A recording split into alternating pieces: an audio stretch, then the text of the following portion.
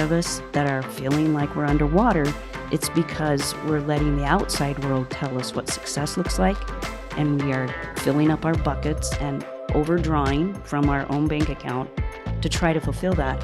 And we haven't stopped long enough to say, how do I define success? How will I be a successful person?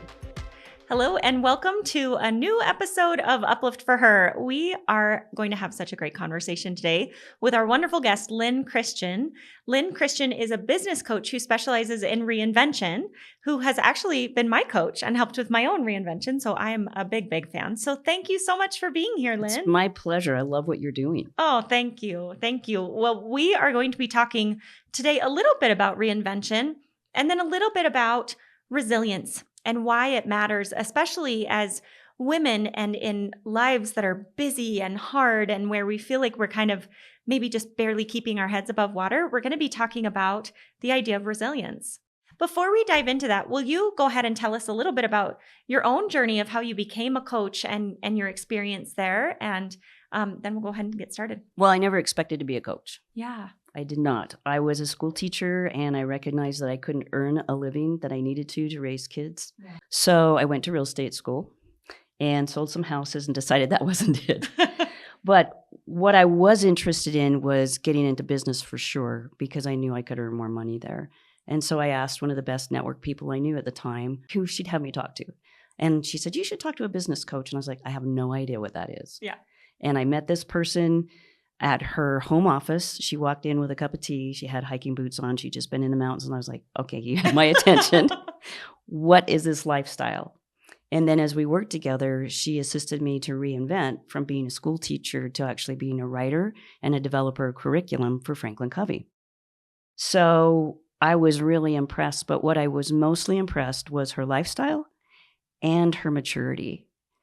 And I asked her how she gained some of those life skills. And she said it was through my coach training.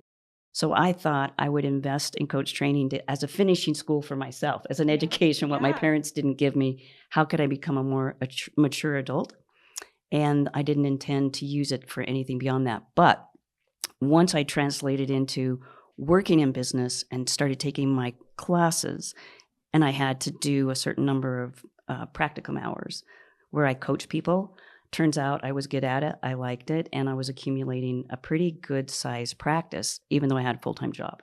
So, you watch for those kind of patterns, and then I just decided that's the kind of life I wanted. And so now I have my home office and my hiking boots and the tea and everything. Yeah. Oh, yeah. I love it.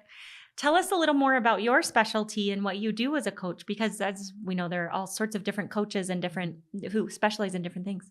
Yeah, so the three areas of expertise at Soul Salt and my expertise follows is, first of all, the career reinvention. So 33% of our clients are thinking about either recalibrating or completely reinventing the way they do their work and where they do it, maybe even changing industries. And then I work with executives who are leveling up their skills because they want to become transformative instead of transactional. So a lot of times we start with authenticity and find out what is their personal identity as a leader. How do they inject that into their leadership? So they're leading from the heart and from the mind. And then the third one is entrepreneurial. There are a lot of entrepreneurs who get into business or are starting in and they don't know how to use their identity as the mind share that gets shared. And so if you're, an entrepreneur and you're trying to share your gift, a lot of times it helps to translate that. And then we did a little bit of that. Yeah, that's right. That's right. I get to share my gift now. So I'm very grateful. Tell us, I think that coaching can be a little bit nebulous, and I want to lay the foundation for the rest of our conversation so people can understand really how you've become an expert on this topic. Is with coaching, explain a little bit about what it is that you are doing in terms of mindset and in terms of helping people kind of be in tune with what I call their truest selves. So there are a couple of constructs. Sir John Whitmore really led the way. I actually got to speak to him and interview him when I was at Franklin Covey. And he was kind of the father of business coaching in Great Britain, which was leading the world at the time. Mm-hmm. They were ahead of everybody. And from his perspective, and I really adopted it, was the basic construct is facilitate the neurons, the neurochemicals, so that the individual gains awareness. And then once they have that awareness, how do we hold them accountable if they desire to doing something with the awareness? So the bottom line constructs are those two. If you think about it, coaching came on the scene and filled up a place between self-help and therapy, a big gap between how do I read a book and how do I go get help? And so we're sort of filling that gap between I want to help myself, but we also know from neuroscience there are neurons that won't fire unless another person outside you is facilitating the process. Yeah. You will not, you think of something later and you go, oh, why didn't I think about that on my own? A lot of clients do. I go, probably not for years would you think of it on your own because you need an outside person facilitating while you're in the juices of it. So there's this place where we find out what an individual wants. And a lot of times my clients come in and they're not sure what their deliverables and their objectives are. So right off the bat, our job is to find out what are they going for, which is a high strategic question. Once we understand some of those things, then we start to close the gap by having frequent touch points. So if you look at the research on how people meet their goals, it's very similar to how we work in coaching. Now, that's the constant touch point. It's having somebody else hear and witness what you want, somebody strategizing with you in sessions about how to get there. And so the whole process is you finding where you're going with some facilitation and then closing the gap from where you are. Yeah, that makes so much sense. I find that once you've entered the world of coaching, even myself as a client, and I've had many coaches at this point in my life. And as you enter the world of coaching, it becomes a little bit addictive, but in a really good way. I find, some people might approach it and say like, I want someone to tell me that I'm doing the right thing, right? Tell me what to do. And that's really not, you'll correct me if I'm wrong, but that's not really what an effective coach should be doing.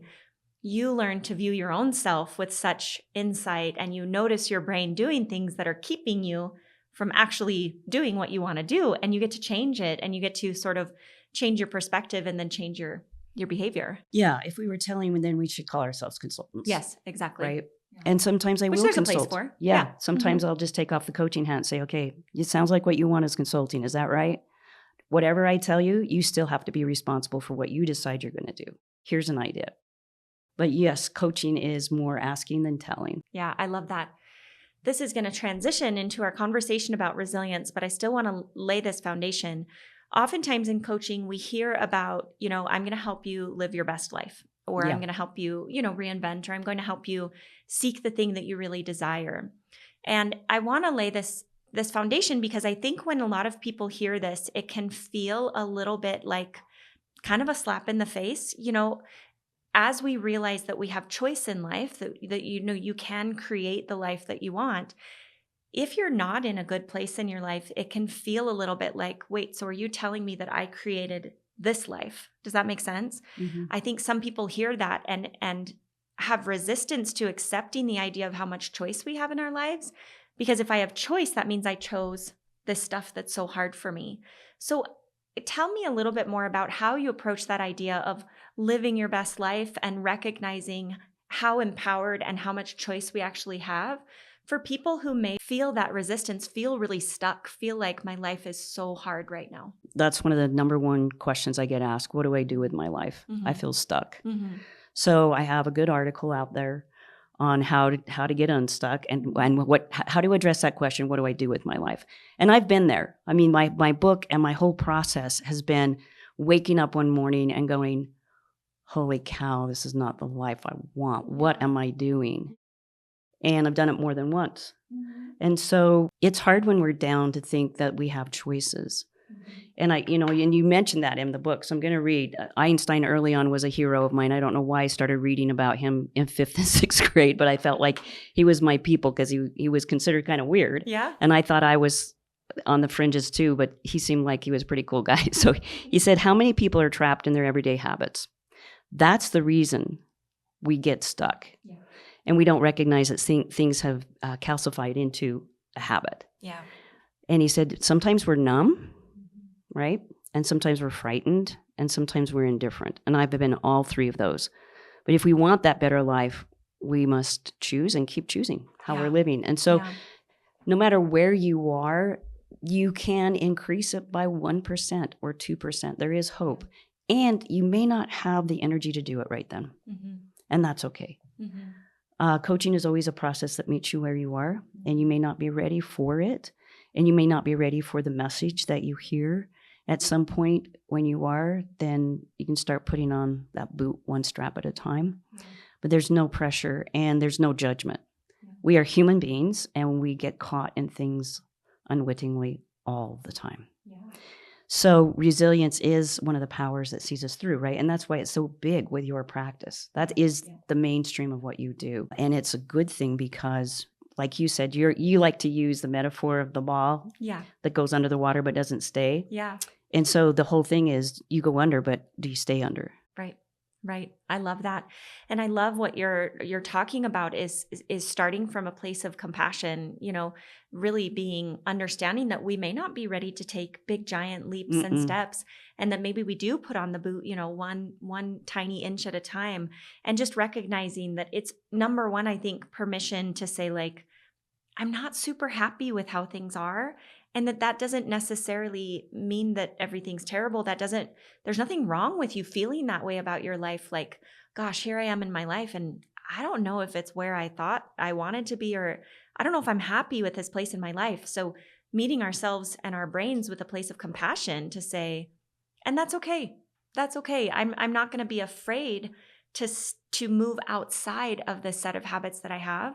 Like that quote from Einstein, right? Like, I'm not going to be held back because of fear. I'm going to tiptoe forward and see which path feels right for me. But man, there's just so much compassion there. Yeah, because it has to be the right timing. Like, there are times when maybe all you can do is get up and breathe. Yeah. But how powerful that is to say, like, but dang it, I'm choosing it. I'm choosing to breathe today. Yes. This is my choice. I'm in charge. But there is one thing, let's add to that too. There's a mindset that we can change. And Dweck talks about this in growth mindset, which is not yet. So maybe I'm not where I want to be, but we can say not yet. That's one mindset that you can maybe adapt is, it's not great right now, but not yet. Yeah. Then another thing you can look at too is to reframe it as, how is what's happening right now not happening to me? Mm-hmm. How is it happening for me? What is this showing me that I need to see? So those are a couple of reframes that might be useful. I love it. And just from the neuroscience part of that, I use that a lot with my own patients. And one of the things that can be really helpful in that context is that when our brains are in fight or flight, they become very rigid. And they are not curious, and they're not doing math, and they're not solving problems. And that's intentional. The body was built that way, that when you've got to run from a tiger, all you do is run from that tiger. But when we're living in a state of fight or flight, we lose that sense of curiosity, that sense of a door, opening a tiny bit, that sense of observation in favor of, I will run and only run, or I will fight and only fight. And when we do, just what you said is not yet, maybe these words and these thoughts of softening from out of the rigidity into that, just maybe. I'm not saying absolute. I'm just saying maybe, or not yet. Those actually change the way that our brain, it literally changes the neurotransmitters and the blood flow in the brain away from the fight or flight and into this place of problem solving, wisdom, curiosity, creativity. It's not just you're a bad person. Like, you cannot be in that if you're in fight or flight. You have to come out of that. If you're in the limbic or primitive brain, the thing that you're going to have happen mostly is an experience of cortisol, which is the stress hormone. And in my field, we say you're in an I protect or a resistant stage, right? Fight or flight. Yeah. It's very rigid and very black or white. So maybe then to transition, then I do want to go back to that metaphor I shared with you. The image that I think of when I think of resilience is, I learned how to fish when I was like 8 or 9 years old in a lake, right? And you throw the fishing line, it has that red and white bobbin on it, right? And that's the image that I get with when I think of resilience is you have that little bobbin floating on the water, and maybe something happens and it goes beneath the water and it always pops back up. It always pops back up unless you catch a fish. I never did. So we'll stay with this metaphor. Back up. Yeah, mine always pops back up. But you can imagine if a wave of water comes up, it might totally sweep over it, completely bury that bobbin. But if you wait, it just pops right back up to the surface. And that's what I think of when I picture resilience. But tell me from a more scientific, a more academic maybe perspective, what is this that we're talking about when we talk about resilience? And why is it so important for us as women to even pay any bit of attention to this? Well, it has been talked about as the number one skill to keep you going, right? So, gosh, when you have resilience, what I experience with my clients and myself, you are able to self-regulate and move out of the primitive brain and the limbic system. Maybe get to the neocortex and start calculating or adding things up, doing a little bit of logic. And then what we found in neuroscience is that once you get into the prefrontal cortex, you can start to feel the intimations of your heart, those 40,000 neurons in the heart and the 500 million that are in the gut.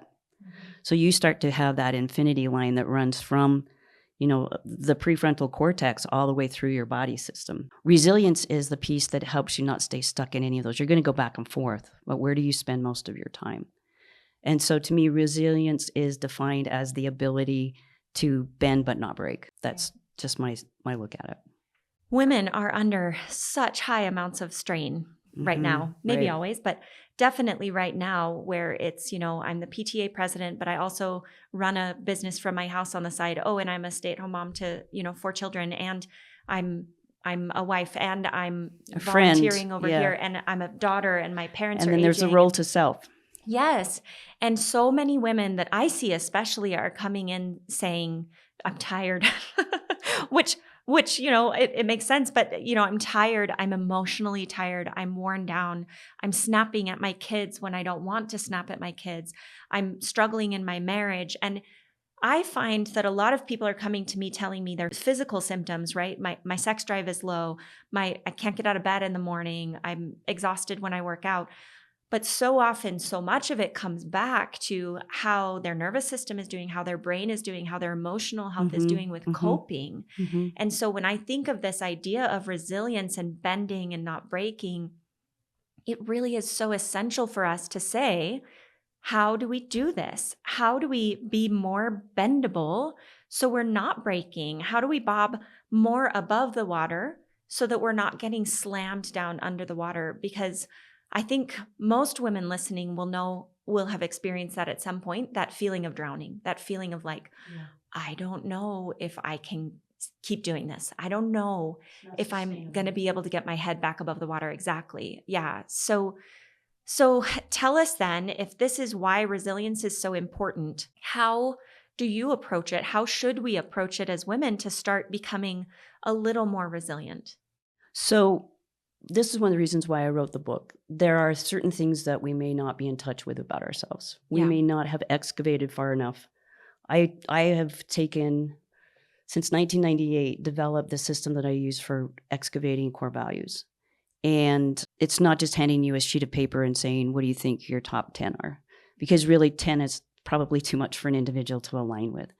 So knowing what your inner plumb line is, knowing something that I've coined new, which is a unique personal need that goes beyond Maslow's hierarchy, it goes into the personal world, understanding what your superpowers are and that you have pseudo strengths that you might be using that are going to burn you out if you use them, weaknesses that must be mitigated against or you cannot leverage your superpowers, belief systems that no longer serve you, because what we're finding right now is the mindset that needs to change, not the behaviors. And so one of the things that I do is a 3x3 philosophy when it comes to beliefs and philosophies, because I have found that I literally can juggle 3 balls. I know how to do that. In my life, I can keep the equilibrium between 3 focus points, but usually 2 of them have to have priority and 1 has to have less priority. Yeah.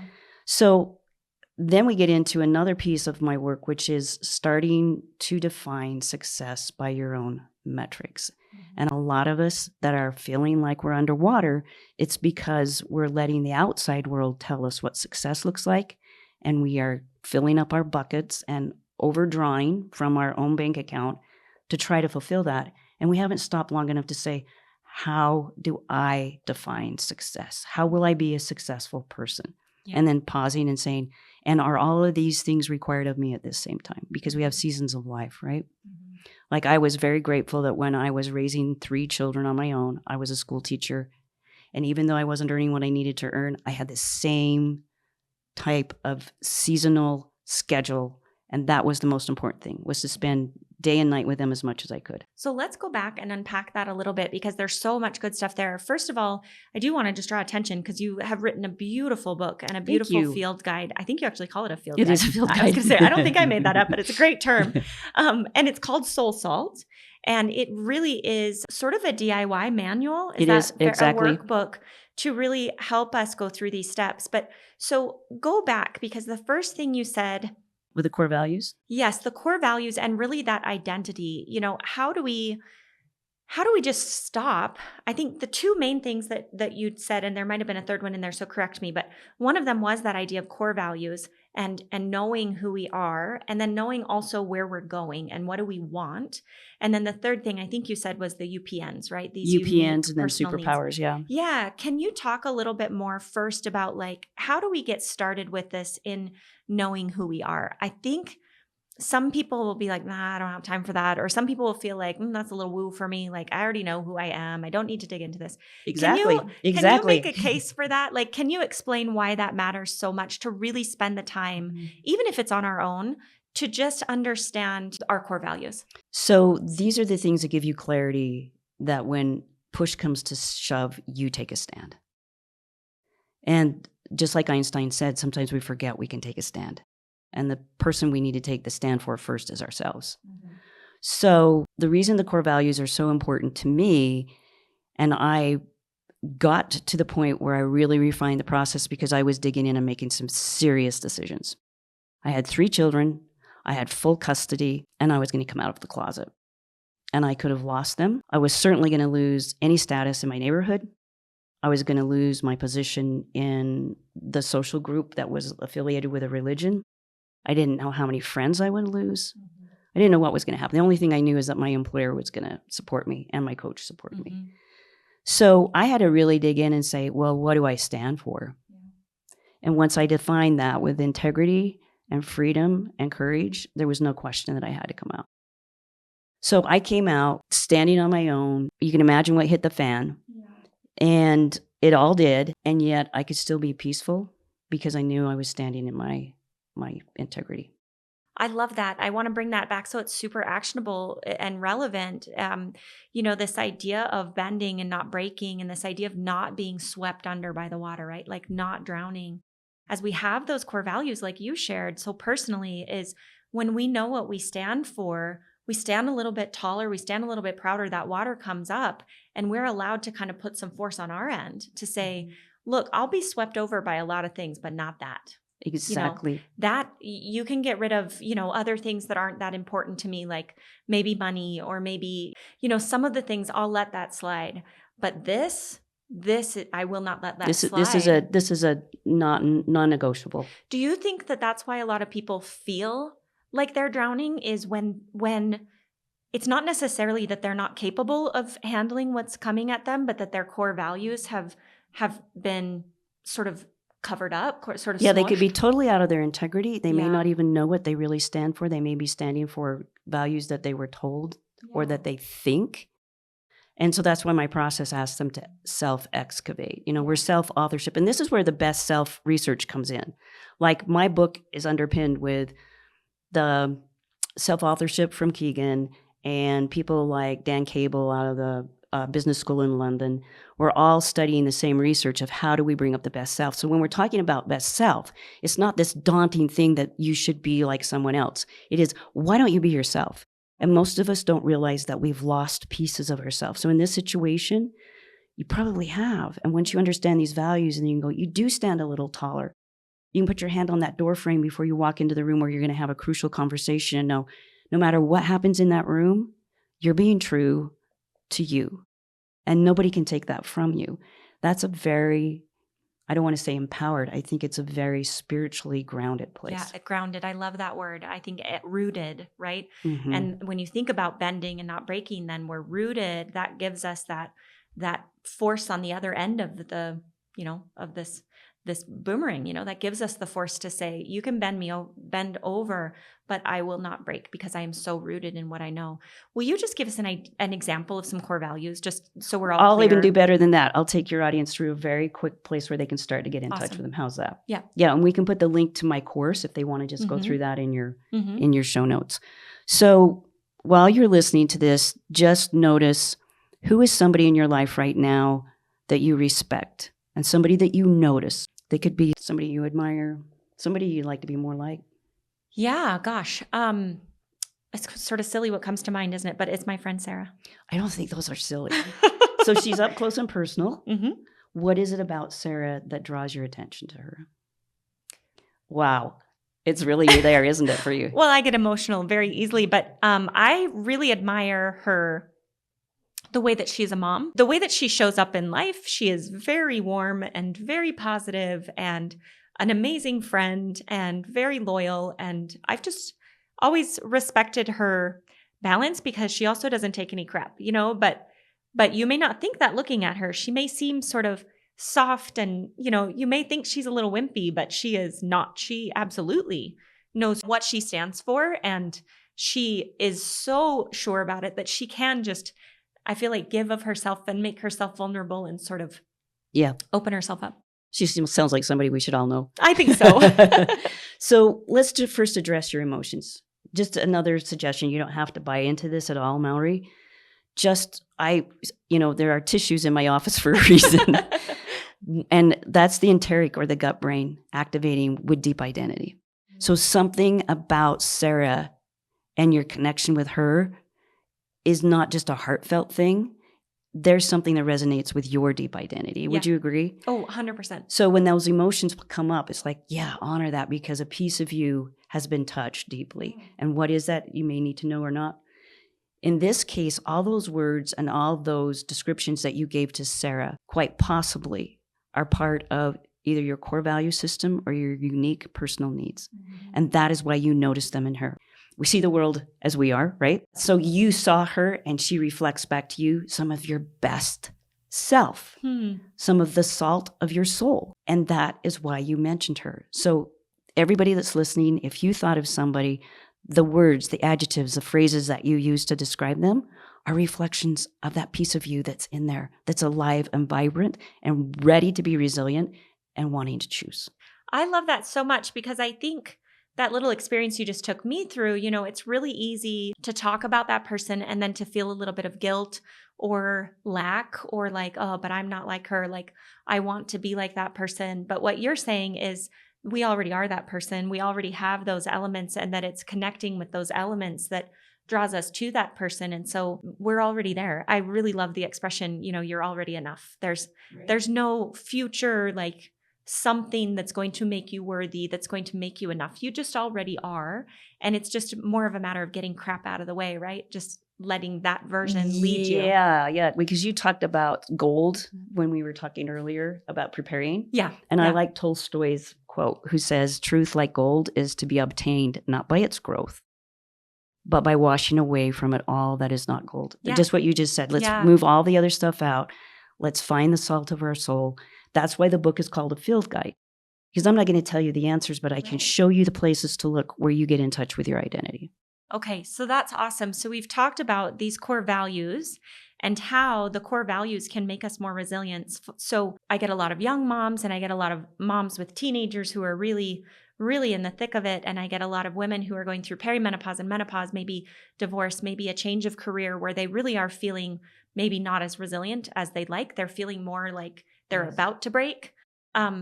So a great place to start for them would be to say, let's just pause for a minute and be really clear about what are your non-negotiables, what are your roots that drive your behavior. And I liked what you said earlier, that sometimes we think that we know what our core values are. Like we might sort of say like, well, my core value is family, right? One of my core values is being a mom. But as we go deeper into that, we can make it more personal. I think of people who might say like, well, of course I'm going to be there for my kids.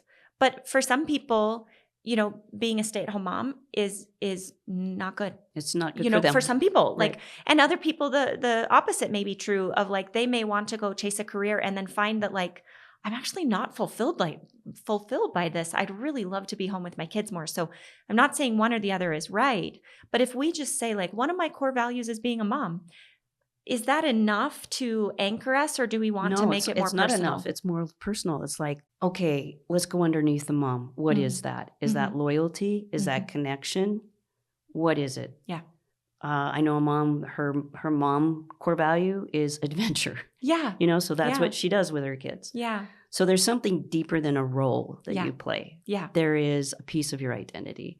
And the other thing that comes into conjunction with this is if we have unmet personal needs, the UPNs I talk about, they will run rampant through our behavior trying to get met. So there are times when we don't even know that our non-negotiables are actually a need that is as imperative to us as individuals as food, water, shelter, and connection. So that's a great transition. So tell us more about these unique needs, these unique personal needs. What are they? How do you figure out what are these What they unmet are? needs? Yeah. Mhm. So I didn't know that these were this Besides important. read your book. Besides read the book, yes. There are quick ways you can do it. So I learned this when I was getting divorced and not sleeping. And the reason I wasn't sleeping was I was being stalked. And I didn't know if somebody was going to come through the window to get me at night. And so I was not sleeping. I was trying to protect my children. And a friend saw me at work and said, "Sorry, you look awful. Let's go to dinner. My family will watch your kids." And we did. And the first thing she said to me was, "What do you need?" And I said, "I need to sleep." "What do you need to sleep?" "I need to feel safe." And I didn't want to have the police or my parents. I just wanted a fighting chance. And so I said, "I think I need a watchdog. If I had a dog that would wake me up, I would have a fighting chance. That's all I want. I don't want somebody to harm me while I'm sleeping." And she said, "Let's get you a dog." And we found one, and the next day I had one. That is a good friend. That's a great Number friend. one, just to say, Yeah. Here's what I'm going to do. And what do you need? What do you need? And I recognized how that really saved my sanity. And that is what a unique personal need does. And it can be different for every season of our lives, but we have to get quite honest with ourselves and say, what do I need now? And it can be just as basic as sleep. And then she really floored me at the same meal, because once we had the plans for getting the watchdog, then she said, "What do you want?" And I don't usually do this, but I cried in public. And I was like, I have no clue. I have been finding out what my kids need.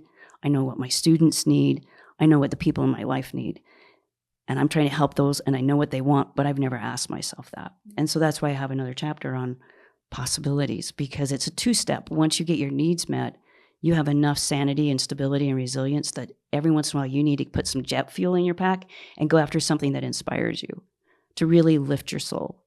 And so in my book, it's finding these things that, like, I have one client who, as soon as she figured this out, she was backstepping because she was like, "That's so shallow," and it's beauty. But when she has beauty in her life, something quiets down and she's connected to her best self. And so if it's adventure or beauty or whatever it is, if it feels frivolous, pay attention to it. It's probably a non-negotiable that is just unique to you, like your fingerprint, and you need it.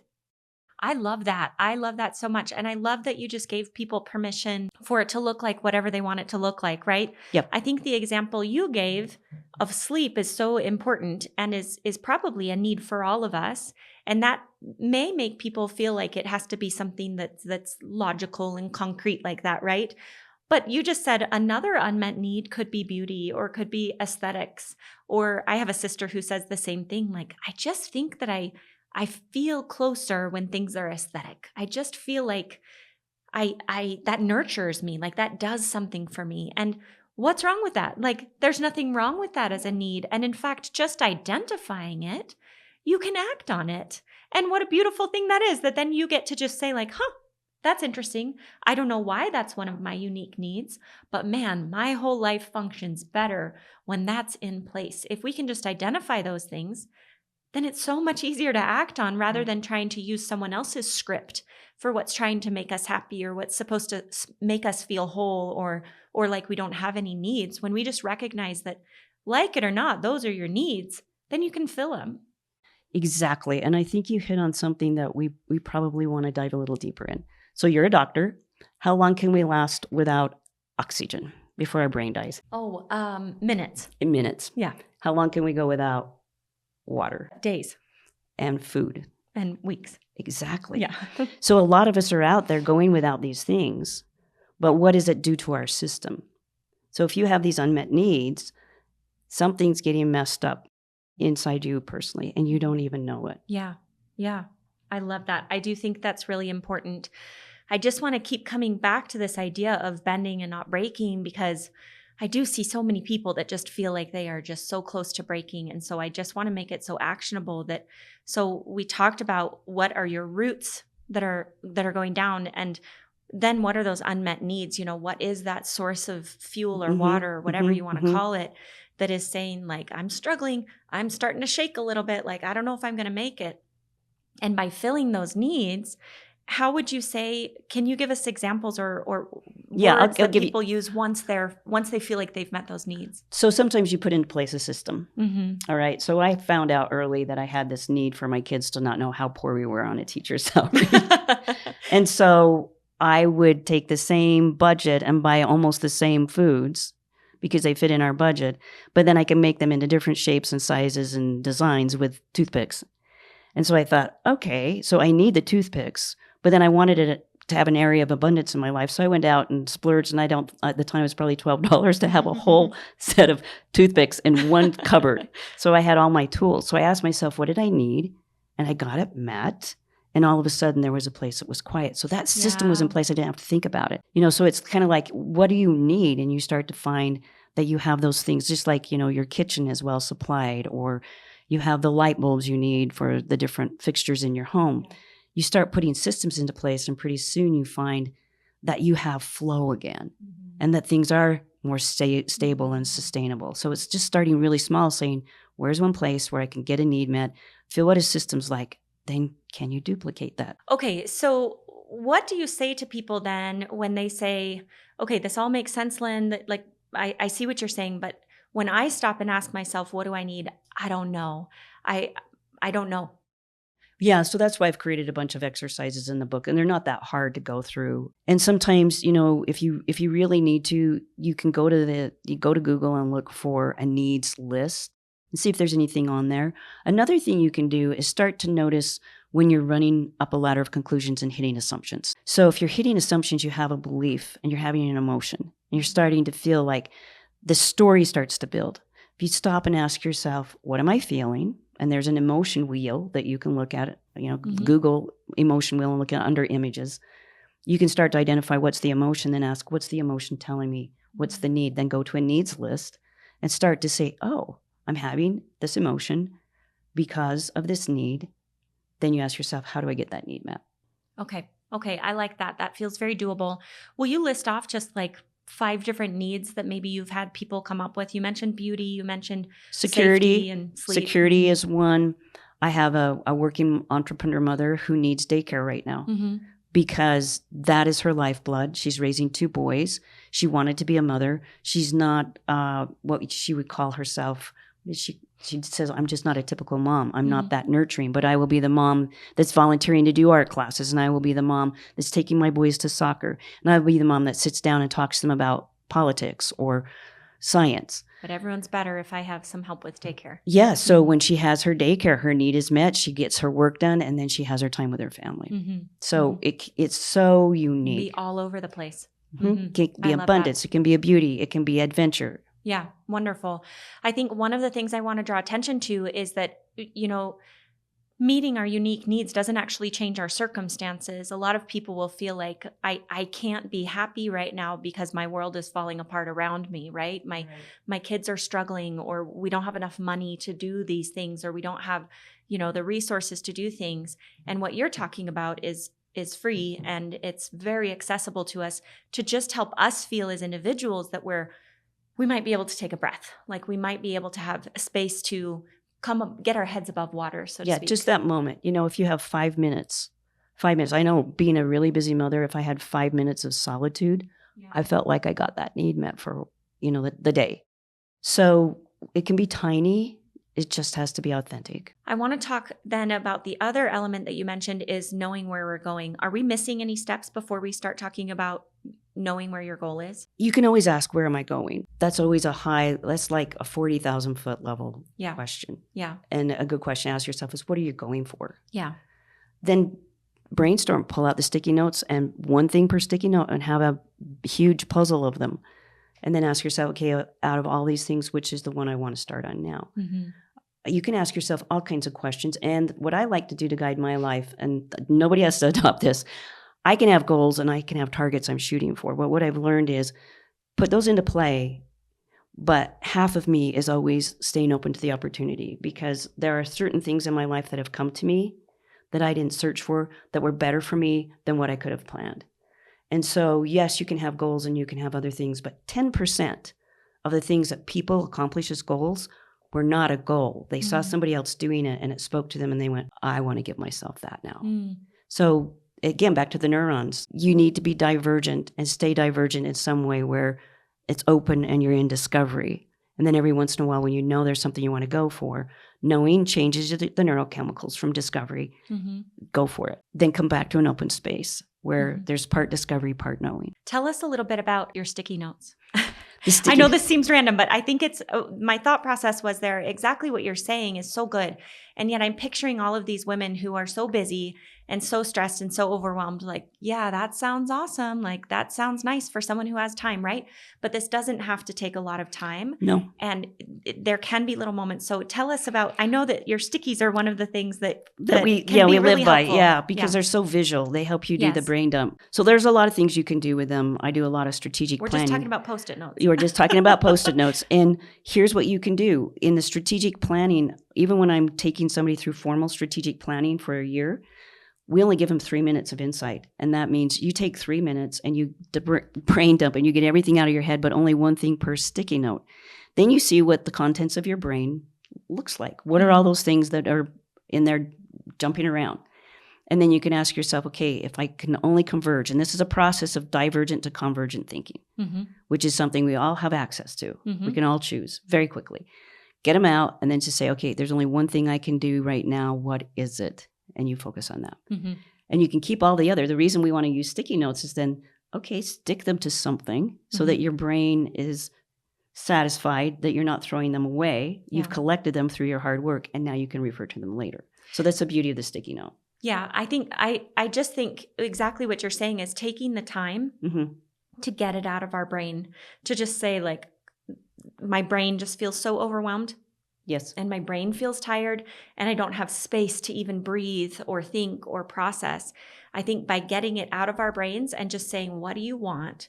What needs aren't met? What are your core values? What are your anchors, your grounding anchors in life? That alone, don't you think, is so powerful for lowering that sense of overwhelm and helping us feel like we might be getting above the water? Yes, and we're starting to live life on our terms. Yeah. We're taking some control back. Yeah. Yeah. Yeah. Do you have any daily routines you recommend for kind of checking in with these things and making sure that there's sort of the initial work that we do to figure this stuff out, right? You're spending a little more time. You're going through exercises like in your book. But then once you have a pretty good idea, what are you doing? What do you recommend on a daily basis so we can keep it fresh in our brains and keep our minds looking in this direction, but also making those tiny tweaks and shifts as time goes by? That's a good question. There are a couple of things that come to mind. So the first one is one that I do. I have a brightly colored orange notebook that I keep by my computer. And when I catch myself living my core values or using a superpower or getting a unique personal need met, I write it down because I know I'm embodying the philosophies that I'm coaching. So that's usually a daily, weekly practice. It doesn't happen every day. It's so regular, though, it tells me, yes, you're on track. Another thing is having somebody in your life where you check in with and you say, hey, how are you doing with personal integrity? Are you living in alignment with the salt of your soul? Are you losing yourself or finding yourself? Are you leading your life? Is it happening for you or to you? And just having somebody who checks in and you go, this thing, or they're on speed dial or they're on Marco Polo or wherever you communicate and you say, this thing just happened. And that's one of the things that I've been working on. I think that's so great. I think there's so many coaches out there who run group coaching, and I love coaches. So I think that the skill set is there, and I don't mean to diminish that at all. But like for free, you could make a pact with 4 of your girlfriends and say, hey, I know this may seem a little cheesy, but we're having a meeting. Yeah. We're having a meeting every week for 20 minutes that we are going to go through these things and check in with each other and all be on the same page. And it doesn't have to be orchestrated by someone else. Like you could do it. It just may feel a little bit, it's not what we may typically do. It may be a formal agreement between an informal connection, right? Exactly. So I do want to draw back to one of the things that you just mentioned is the superpowers. Tell us what you mean by that. So there's a lot of research. It started at Gallup. management, where they found it by accident. They were looking at what the best managers did. And at the time, Dr. Clifton was there, and they hired this young guy named Marcus Buckingham, and he came in from England. And I think they're in Nebraska, so they're in the middle of this nowhere place. And they're studying what happens when there's peak performance at work. And at the time, it was less than 20% of the people who are working that were using what they would call strengths. And really, they're superpowers. Like everybody has them, probably more than they'll identify in a lifetime. Those are the places you can grow the most. Those are the places, if you focus on them, you can leverage and lift the hard, heavy things easily. And they're the things that you can expand on and become world-class at. You do have to have two pieces of technology in place. One, you have to know the difference between a superpower and a pseudo-strength. Mm-hmm. Pseudo-strength looks like your superpower to somebody else, and so they dish that work to you. Mm-hmm. But if you did that for the rest of your life, you would burn out. Yeah, you would be sucked dry. And so you have to understand from the inside, how does it feel? You don't have that oxytocin, that dopamine that keeps you going because you're doing it. Mm-hmm. That's a superpower. Then there's a weakness, which is no matter how hard you try, that's not going to improve. You have to mitigate against it and keep it from knocking you off of balance. But you're never going to make it a strength. Mm-hmm. And so once you know those two, those are the counterbalances to manage those while you're leading from strength. If you only lead from strength, you're not going to be sustainable. Mm-hmm. Does that make sense? Yep, it does. And so again, drawing it back to that resilience, that's how we really start to be straight and tall, right? Instead of being bent over by the hard things in life, as we start to say, like, hey, I can pull back a little bit. Like I can exert strength. I can use my own strengths and my superpowers to stand a little bit more firm. Right. And I may even know of where we can get a free assessment on that we could put in your show notes for people to just take 15 minutes and then understand. And I believe it's on Buckingham's site. And you'll get like top 9 signature strengths and just kind of look at the top 2 once you take that. Yeah. Okay. I love that. Well, let's then talk about where we're going. How do you figure out where we're going and what you want? Because I think that seems kind of intuitive, like, well, what do you want? But actually, I think it can be quite a hard question to answer. It can be. So one of the things I like to do is once somebody has this foundational work with some of the UPNs and they know some superpowers, they may still not have that clarity. Mm-hmm. But remember the constructs we talked about coaching at the beginning, raise awareness. So one of the ways to raise your own awareness is to be willing to discover. And one of the things I like to do is put into play a possibility practice. So anybody listening can start this now. Personal life and professional life, if you have one, and start listing in 30 days 100 things that you aspire to have, to be, to experience. And see if you can push to 100. Something magical happens when you get past 50. Mm-hmm. A lot of times we forget that there are things inside of us that are called heart dreams. Mm-hmm. And, there's just so much research that shows how this increases our longevity, our resilience by finding out these little heart dreams and starting small and getting one met. Mm-hmm. Just as simple as, one woman was like, I just want to go home at night, have a glass of wine with my partner, walk the dog, and then start the night. And it was like, well, how many times can you do that? And pretty soon they were up to 3 a week. And all of a sudden her life had more of that energy in it because she was paying attention to the piece of her that was big and expansive and was possible. Yeah. That's so powerful. I really love that. And I really love kind of tying it back what you said something earlier about kind of feeling how it feels in our bodies, because I think sometimes we think we want one thing, but if we're starting to implement that one thing and we don't get that feeling of enrichment or peace or wholeness, then it's okay to be like, maybe that wasn't the thing that I wanted, right? Then we can shift and say, what else do I want? What are the things that are really going to help me feel that peace and that refilling? I think the idea of rejuvenation and refilling our cups is something that is really lacking.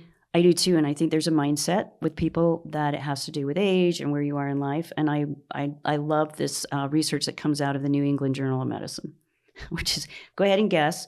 We've got 20 to 30, 30 to 40. What do you think the most productive decade is in a human being's life? 30 to 40. Yeah, you would think that. 60 to 69. Wow. The second most productive, 70 to 79. Third most productive, 50 to 59. So in your audience, if you think you hear Mallory say, well, you can pivot, you can change your mind, and people are saying, I don't have time for that. Yeah, I'm too old. It's like, Well, if you're in your 30s and 40s, you're just getting started. Yeah. Yeah. That's fascinating. That's really great. I think in my medical practice, one of the things that I really shifted from saying is I used to say, watch your stress, reduce your stress, cope with your stress. And now I've really intentionally moved away from that and saying, how are you recovering from your stress? Oh, wow. Because a lot of times we hear these recommendations and I think a lot of us shuts off because they're like, what do you want me to do? Like get rid of my kids? Like get rid of my job? Like, how do you want me to get rid of these stressors?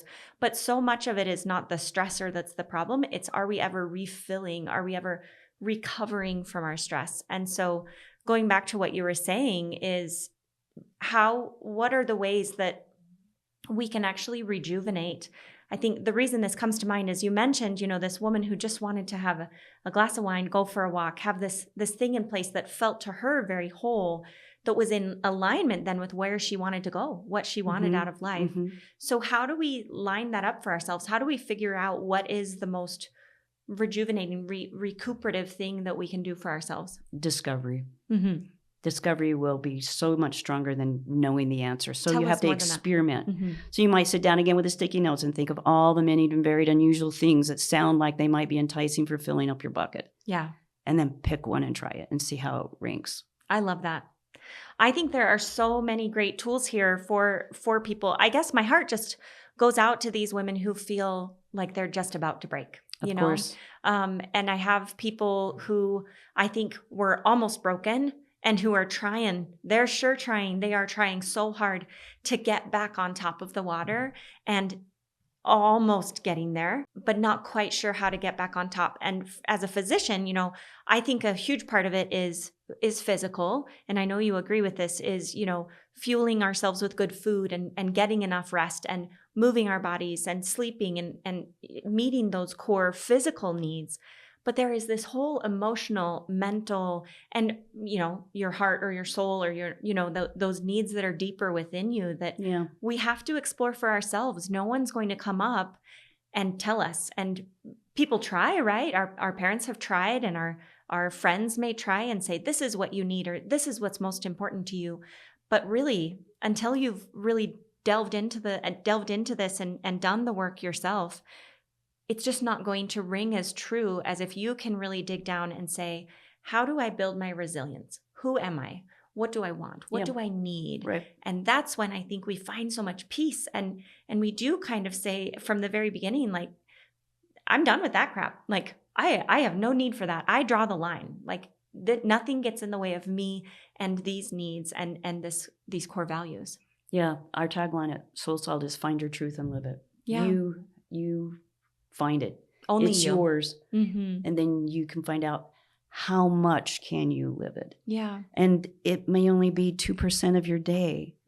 I worked with an addict that if she were to even take one more drink, she'd probably die. And I worked with her, and I think I worked with her when she gave me her 10-year medallion of sobriety. And where she started was 2% of the day she was sober. So if she could be 2% of the day sober and then 4% and move it up till she was completely sober, why can't we be 2% of our best self or the thing that we want for ourselves? And then that's the best we can do that day. I love that. I love all of this. I really hope this is helpful to the women who are listening. I hope that can feel hopeful and feel like, okay, I have some starting steps. I know where I can get started. I definitely think it can be helpful for people who are already, wherever they're at in their journey. I certainly find it helpful and continue to do this work on a daily basis and find it so beneficial for me, and find that when we feel trapped and victimized by our circumstances, that like, well, what am I supposed to do? Like my child is struggling and that's stressful, and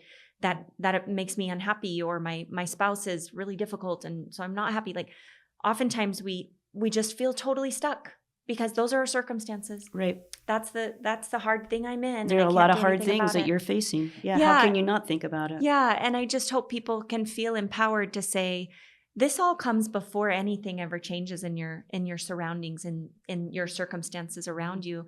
This all comes from a place of change, of just knowing who you are and being able to behave and respond to the world differently from that standpoint. Once we change the mindset of who we are and what's possible for us, then everything opens up. Really changes our perception. Yeah. And it doesn't have to open up and you run through the floodgates. It can open up with one toe sticking through the door. Yes. I love that. I love the permission you've given people to start so slowly, and that compassion to have with self that, it doesn't matter how long it takes. You can just keep we going. all only have a certain amount of bandwidth to give. If nothing more, a place to start, especially for mothers, would be self-regulation, the autonomic nervous system, just so they That's can the fight start or flight system. Yeah, just so we can start to hear ourselves. Mm-hmm. And there's so many, really quick tools, like the one I like really fast, and it works great with kids too. When your kids are having a tantrum, is just stop and look around and say, how many colors? Can I see 5 colors? Yeah, exactly.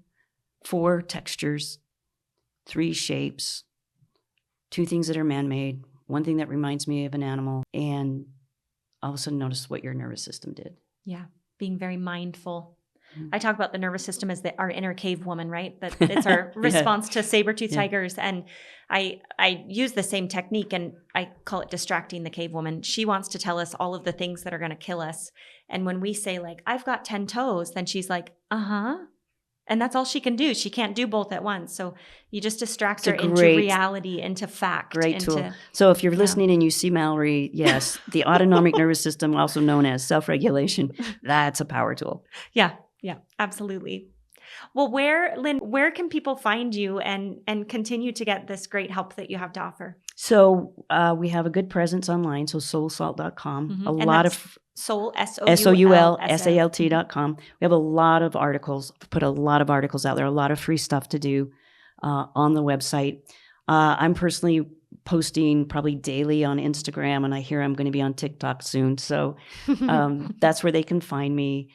But we have a presence on LinkedIn and all the socials. So the main place would be the mothership of soulsalt.com. I have a large network of people I know. So if my specialty is not what you need, a lot of times I can refer you to somebody good. So, yeah. Wonderful. And tell us about this book, Soul Salt. Where can people find this book? Anywhere the books are sold. Yeah. So it's Soul Salt, the Field Guide, and it helps you with your confidence and your purpose and your fulfillment. And it's got lots of blank spots on there. You can take your pen to it. It's meant to be marked up. Yeah. Yes. Yeah. Wonderful. Well, thank you again for being here. This has been a really valuable conversation. My pleasure. Thank you. That's the end of this episode. Thank you so much for tuning in. We will have another great conversation for you next week. If this has been valuable for you, or if it's meaningful for you, please share with a friend. Leave us a review. Help us get the word out so we can help with women's health and wellness. And you can subscribe, like, follow. We'll see you next time. Thanks for listening, and come back next time for another episode. And remember, this information is for education only and not intended to be medical advice.